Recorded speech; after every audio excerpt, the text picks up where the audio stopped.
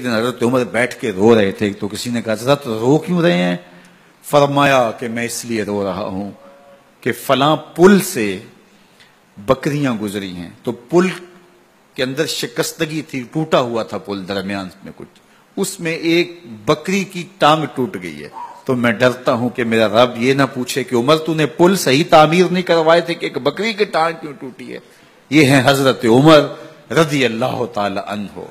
اللہ اکبر۔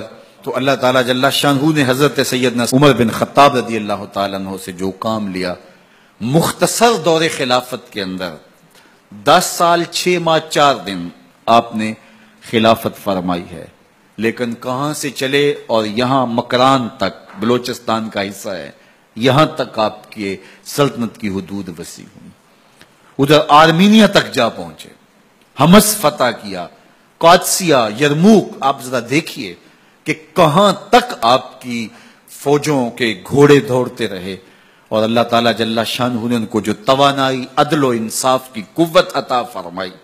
اللہ اکبر۔ جب زمین پہ عدل کیا ہو تو زمین بھی حکم مانتی ہے، اور حضرت عمر وہ تھے جن کا حکم ہوائیں بھی مانتی تھی، زمین بھی مانتی تھی، جن کا حکم جو ہے وہ آگ بھی تسلیم کرتی تھی اور دریا بھی ان کا حکم مانا کرتے تھے۔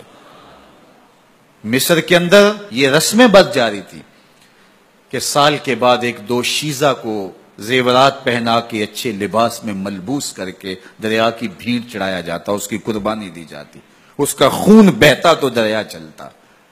جب مسلمانوں نے مصر فتح کیا تو گورنر نے لکھا کہ اسلام تو اس طرح کی رسوم کی اجازت نہیں دیتا، لیکن خشک سالی ہے، لوگوں کی فصلیں ویران پڑی ہیں، تو حضرت کیا کیا جائے؟ تو حضرت عمر رضی اللہ تعالیٰ عنہ کاغذ کے ٹکڑے پہ لکھتے ہیں بسم اللہ الرحمن الرحیم۔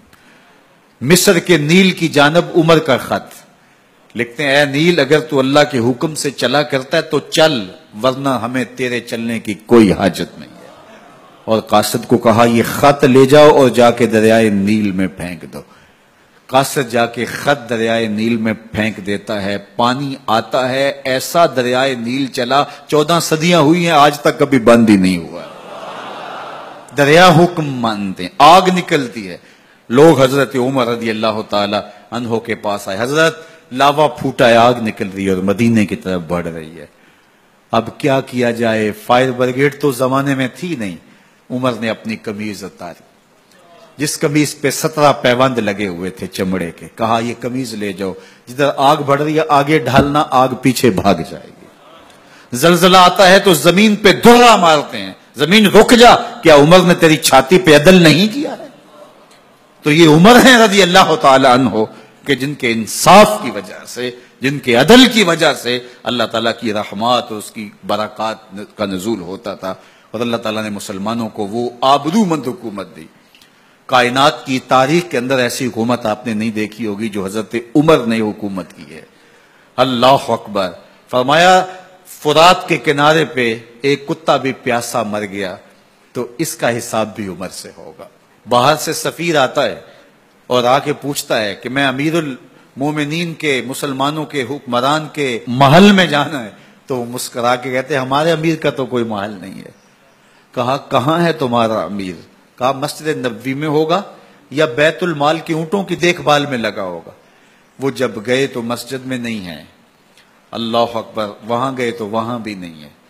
پھر کیا دیکھتے ہیں کہ عمر رضی اللہ تعالی عنہ جنت البقیع کے پاس ایک درخت کے نیچے اینٹ کا سرانہ رکھ کے سوئے ہوئے ہیں۔ تو اس نے کہا عمر تو نے عدل کیا ہے، تجھے کچی اینٹ پہ بھی نیند آ گئی۔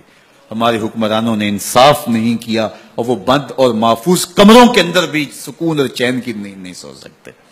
حضرت سیدنا عمر رضی اللہ تعالیٰ عنہ نے اس طرح ان امور سلطنت نبھائے۔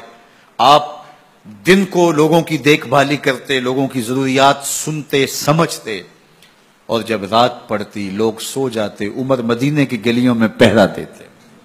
کائنات نے کوئی ایسا بھی حکمران دیکھا ہوگا؟ اللہ اکبر۔ وہ مجاہد جو مختلف محاذات پہ گئے ہوئے ہوتے، ان کے گھروں کی دیکھ بھالی کرتے، ان کی ضروریات کا خیال رکھتے، ان کی آبرو کا پہرا دیتے۔ راتوں کی تنہائیوں کے اندر حضرت عمر اٹھتے اور جا کے گشت کرتے، چکر لگاتے، دیکھتے کوئی آنکھ پر نم نہ ہو، مفلسی کا کسی گھر میں ماتم نہ ہو۔